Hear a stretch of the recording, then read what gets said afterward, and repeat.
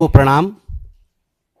और जैसा कि आपको विदित है, आज भारतीय जनता पार्टी के माननीय राष्ट्रीय अध्यक्ष श्री नितिन नबीन जी की टीम की घोषणा के पश्चात आज पहली पदाधिकारी बैठक प्रातः संपन्न हुआ है भारतीय जनता पार्टी के मुख्यालय में, और अभी भी बैठकों के सिलसिले जारी है।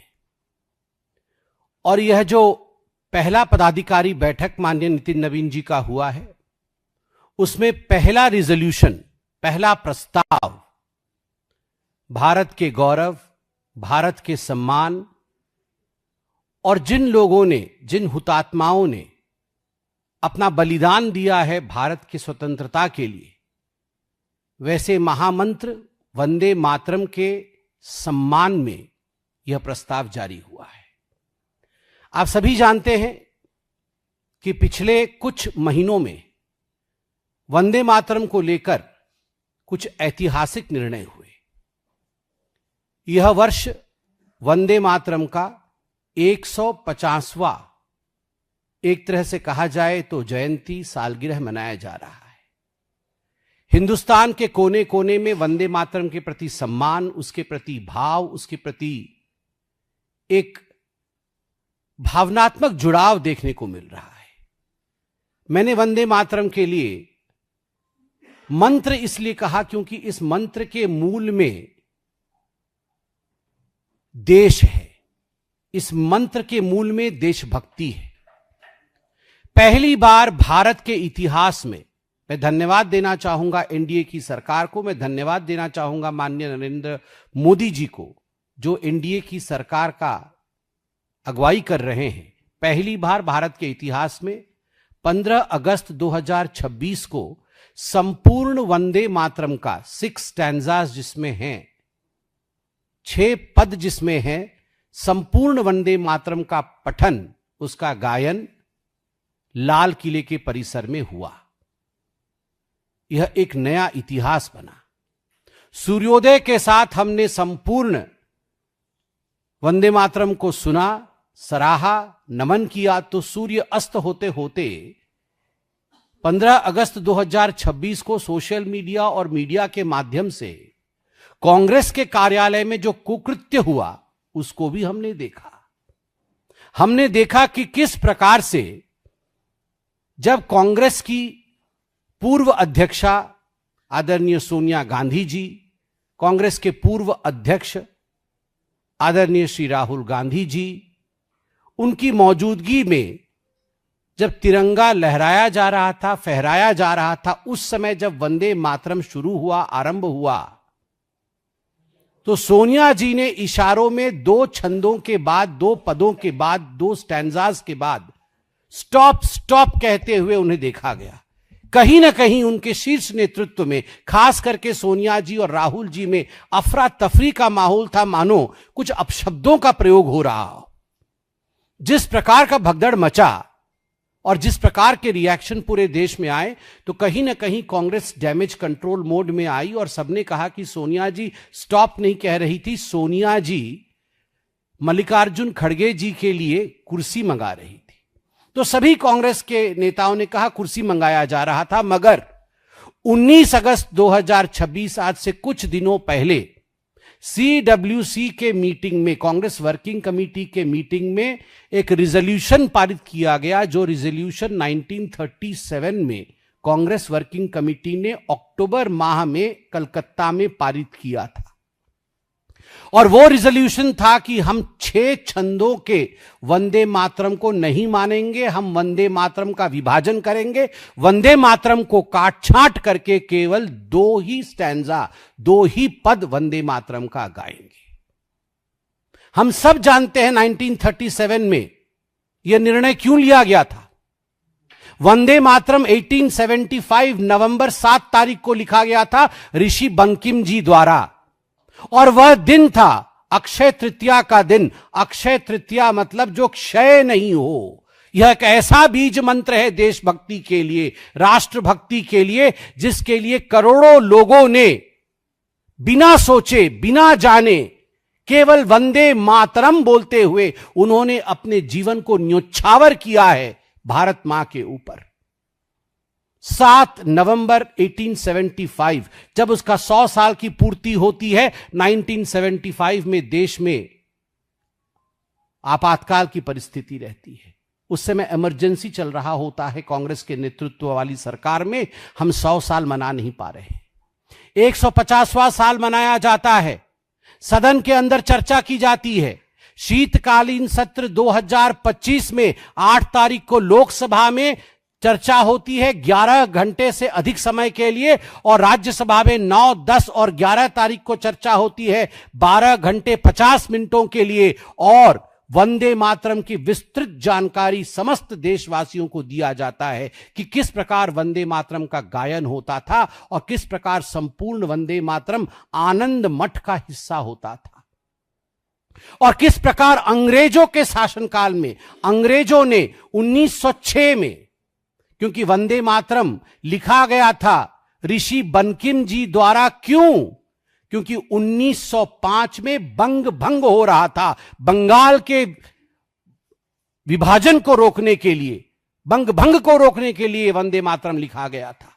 1906 में बरिसाल में, जिस समय वंदे मातरम का उच्चारण करके नर और नारी निकले थे, उस समय ब्रिटिश सरकार ने उसे बैन किया कि कोई वंदे मातरम गा नहीं सकता है। मगर फिर भी बरिसाल में वंदे मातरम गाया गया, और उसके पश्चात 1907 में मैडम बिकाजी कामा ने वंदे मातरम लिखे हुए झंडे को भी फहराया।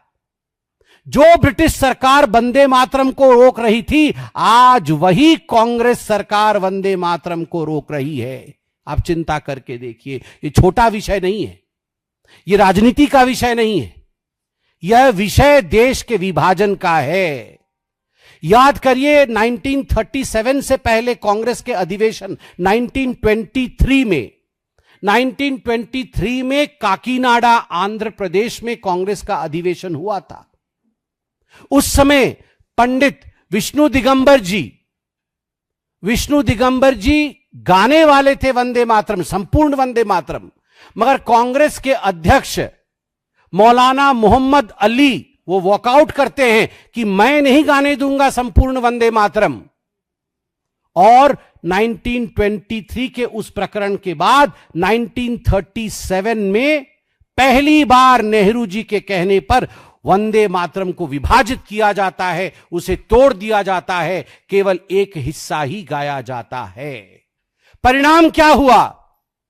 जो चिट्ठी 1938 में पंडित जवाहरलाल नेहरू ने जिन्ना को लिखा था, वह स्पष्ट रूप से उस चिट्ठी को पढ़िएगा तो नेहरू जी, जिन्ना जी की जो डिमांड्स थी, 14 जिन्ना की डिमांड्स थे, उनके सामने घुटने टेकते हुए नेहरू जी कहते हैं हमने मान तो लिया है, आप वंदे मातरम पर प्रतिबंध चाहते हैं, मान तो लिया है हमने, हम संपूर्ण वंदे मातरम का पठन नहीं करेंगे, कांग्रेस उसे नहीं गाएगी। मगर यही तुष्टीकरण की बीज, this seed of appeasement which was sowed by Pandit Jawaharlal Nehru in the year 1937 was the seed of partition. यह विभाजन का बीज बनता है, और उस समय जिन ताकतों को शक्ति मिली, उन ताकतों ने देश को आगे चलकर विभाजित किया। आज पुनः कांग्रेस पार्टी में सोनिया जी और राहुल जी का व्यवहार 15 अगस्त को जो व्यवहार रहा, और उसके बाद CWC में जो रिजोल्यूशन 1937 के रिजोल्यूशन को पुनः पारित किया, आज भारतीय जनता पार्टी के प्रथम पदाधिकारी बैठक में हमारे अध्यक्ष नितिन नवीन जी ने पुरजोर तरीके से यह कहा है कि यह जो विभाजन करने की बीज बोने की कोशिश कर रही है कांग्रेस पार्टी, हम कदाचित इसे नहीं होने देंगे। मुझे बड़े दुख के साथ कहना पड़ रहा है कि कांग्रेस पार्टी ने शायद पढ़ा नहीं है कि महात्मा गांधी जी ने क्या कहा था वंदे मातरम के लिए। मैं पढ़ना चाहूंगा महात्मा गांधी जी ने क्या कहा था वंदे मातरम के लिए। Mahatma Gandhi on Vande Mataram, no matter what its source was and how and when it was composed, it has become a most powerful battle cry among Hindus and Muslims of Bengal during the partition days. It was anti-imperialistic cry. As a lad, when I knew nothing of Ananda Matha or even Bankim, its immortal author, Vande Mataram had gripped me. And when I heard it, sung it, it had enthralled me.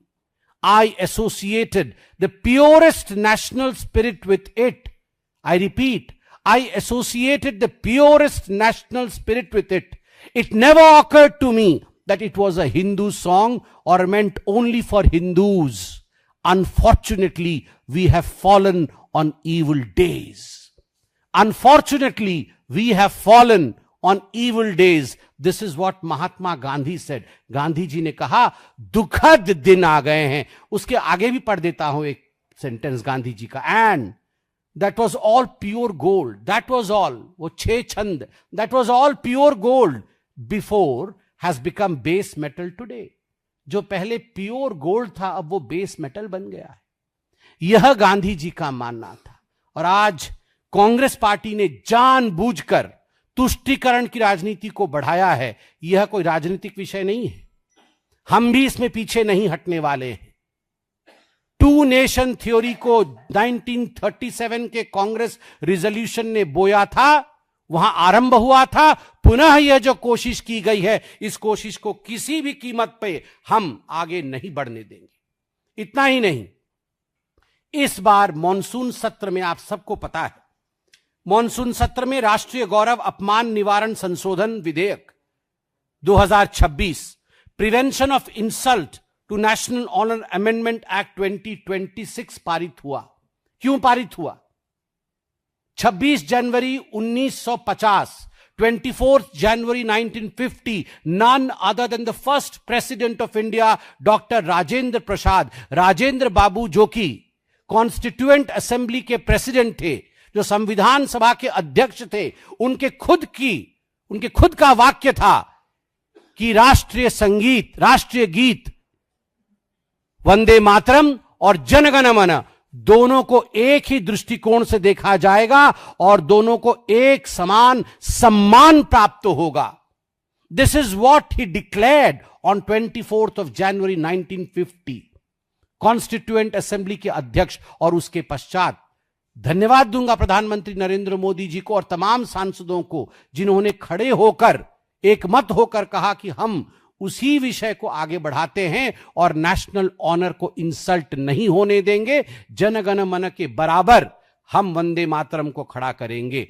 हां, किसी को बाध्य नहीं करेंगे, मगर जो बाधित करता है वंदे मातरम को आगे बढ़ने से, वंदे मातरम को गाने से, वह दंडित होगा. आप चिंता करिए किस प्रकार से बाधित करने की कोशिश की गई वंदे मातरम को, वह भी कांग्रेस के मुख्यालय में. आप मुझे यह बताइए, आज देश से मैं पूछता हूं, पार्लियामेंट बड़ा है या सीडब्ल्यूसी बड़ी है? किसके आधार पर देश चलेगा? पार्लियामेंट में जो निर्णय होंगे उसके आधार पर देश चलेगा, या फिर सीडब्ल्यूसी की कमिटी में जो निर्णय लिए जाएंगे, जो रिजोल्यूशन लिए जाएंगे, उसके आधार पर देश चलेगा?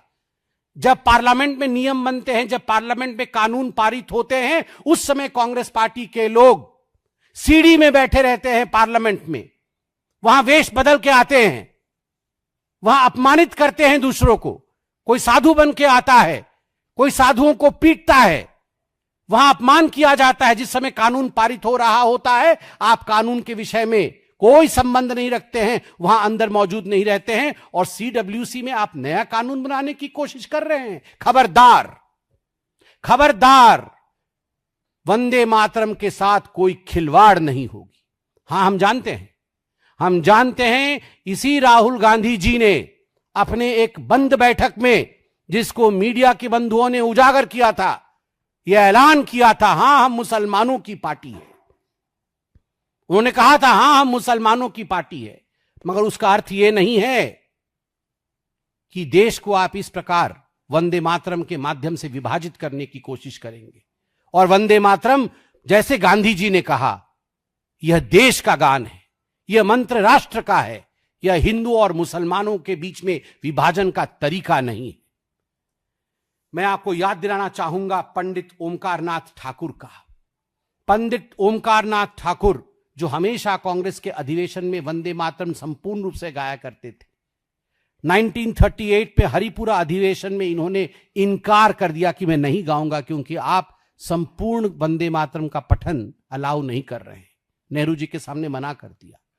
और 15 अगस्त 1947 जब देश आजाद हुआ तो वल्लभ भाई पटेल जी ने पंडित ओमकार नाथ ठाकुर, जो उस समय चेन्नई में होटल वुडलैंड में मौजूद थे, उन्हें फोन किया और उन्होंने वल्लभ भाई पटेल जी ने कहा कि आप वंदे मातरम गाइए ऑल इंडिया रेडियो में 6:30 बजे। उन्होंने कहा एक ही शर्त में गाऊंगा, अगर पूरा वंदे मातरम गाने का मुझे अनुमति मिलेगा। पूरा वंदे मातरम उन्होंने ऑल इंडिया रेडियो में 15 अगस्त 1947 को गाया। कांग्रेस के अंदर भी इसको लेकर मत विभाजन है।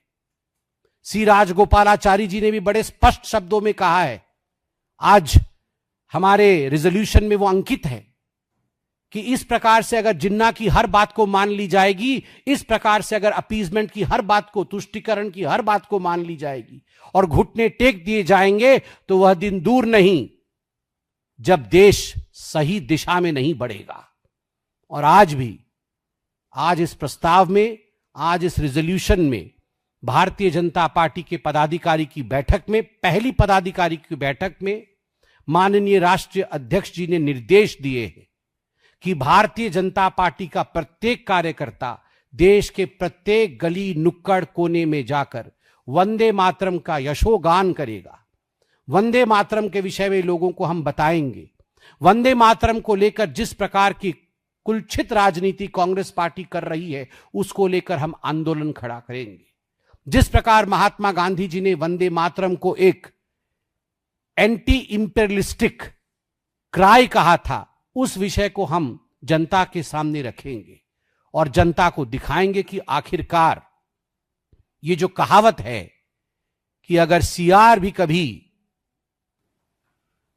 बाघ या सिंह का चमड़ा धारण करके अपने आप को सिंह दिखाने की कोशिश करता है, एक ना एक दिन दैट स्किन फॉल्स अपार्ट, एक ना एक दिन उसके अंदर की असलियत सामने आ ही जाती है।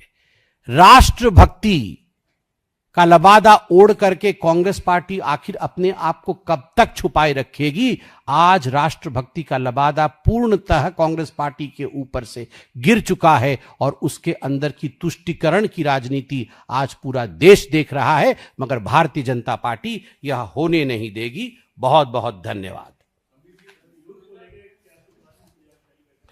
बाकी सारे विषयों पर, यह क्योंकि पहला रिजोल्यूशन था, इस विषय पर अभी प्रेस कॉन्फ्रेंस हुआ है। सभी विषयों पर आपको समय समय पर सूचित किया जाएगा और आप भी जान पाएंगे। आज हमने अपने प्रस्ताव में कहा है कि सीडब्ल्यूसी अपने कार्यालय के अंदर बैठ करके, कांग्रेस वर्किंग कमेटी अपने कार्यालय के अंदर बैठ करके अपने आप को पार्लियामेंट से बड़ा ना समझे। पार्लियामेंट ही देश का सर्वोच्च लोकतंत्र का मंदिर है। पार्लियामेंट के अंदर जो निर्णय होगा वही देश का निर्णय है। और कांग्रेस पार्टी अगर बाहर इसी प्रकार चिल्लाते रहेगी, पार्लियामेंट में भाग नहीं लेगी, पार्लियामेंट में क्या हो रही है वो जान नहीं पाएंगी, तो स्वाभाविक है वो अनभिज्ञ रहेंगे। और इस प्रकार से सेंस ऑफ एंटाइटलमेंट जो कांग्रेस पार्टी का है कि पार्टी देश से बड़ी है, गांधी परिवार हमारे देश के कानून से बड़ा है, ऐसा नहीं हो सकता। So I am sure what we saw, Mrs Sonia Gandhi ji, her reaction while Vande Mataram was being played in the headquarters of the Congress Party on 15th of August 2026 was inappropriate. A law had been passed only a few days ago that we cannot insult the national honor like Vande Mataram. And as far as I know, an FIR has already been filed. I'm sure law will take its course. Vande Mataram को लेकर Bharatiya Janata party, जैसा कि हमारे प्रस्ताव में भी लिखा हुआ है, सभी के पास हर नुक्कड़ हर गली में जाएगी, पूरे देश में जाएगी।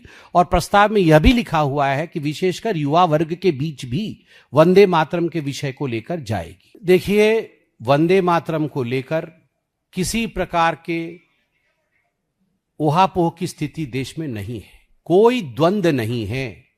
बहुत बड़ी स्पष्टता है। स्पष्टता क्या है? 150 वर्ष वंदे मातरम का पूर्ण हुआ। वंदे मातरम के इतिहास को लेकर पार्लियामेंट के दोनों हाउसेस में घंटों चर्चा हुई। देश ने उस चर्चा को सुना, उसे आत्मकृत किया, उसे अपने आत्मा में बसाया। उसके पश्चात एक कानून भी इस बार के मॉनसून सत्र में 29 और 30 तारीख को national honour prevention of insult amendment act 2026 यह भी पारित हुआ है। उसमें बहुत स्पष्ट लिखा हुआ है, किसी को बाध्य नहीं किया जा सकता है कि आप वंदे मातरम गाएं, किंतु कोई वंदे मातरम को बाधित नहीं कर सकता है। जब वंदे मातरम अपने पूर्ण स्वरूप में गाया जा रहा हो तो उसे कोई बाधित नहीं कर सकता है, कोई रोक नहीं सकता है। There can be no impediment to that, otherwise law will take its course. प्रावधान है, जेल के प्रावधान भी है, फाइन का प्रावधान भी है। स्वाभाविक रूप से कोई भी पॉलिटिकल पार्टी, ये पार्टी का मुद्दा नहीं है, ये देश का मुद्दा है। कोई परिवार, कोई पॉलिटिकल पार्टी, कोई भी इंडिविजुअल, कोई भी व्यक्ति यह ना सोचे कि वो देश के आईन, देश के कानून और देश के पार्लियामेंट में बनाए हुए कानून से बड़ा है। हम सब भारत के संविधान से बंधे हुए हैं। जो संविधान ने कहा है उसे सबको पालना पड़ेगा। कोई CWC भारत के कॉन्स्टिट्यूशन से बड़ा नहीं है। पॉकेट में संविधान की छोटी सी कॉपी, पता नहीं उसके अंदर वाकई संविधान है या नहीं है, क्या लिखा हुआ है वो मैंने नहीं देखा है, मगर संविधान की छोटी सी कॉपी पॉकेट में रखने से संविधान का सम्मान नहीं होता है। संविधान का सम्मान तभी होता है जब देश के संविधान के द्वारा बनाया हुआ कानून आप मानते हैं और बीच वंदे मातरम में आप घबराते नहीं हैं, बीच वंदे मातरम में आप गुस्साते नहीं हैं, बीच वंदे मातरम में आप मंच नहीं छोड़ते हैं और बीच वंदे मातरम में आप नहीं कहते हैं stop it, stop it, stop it. अब देश उन्हें कहेगी stop it, stop it, stop it. अगर कांग्रेस पार्टी इस पर राजनीति करेगी तो उन्हें रोकना पड़ेगा। धन्यवाद।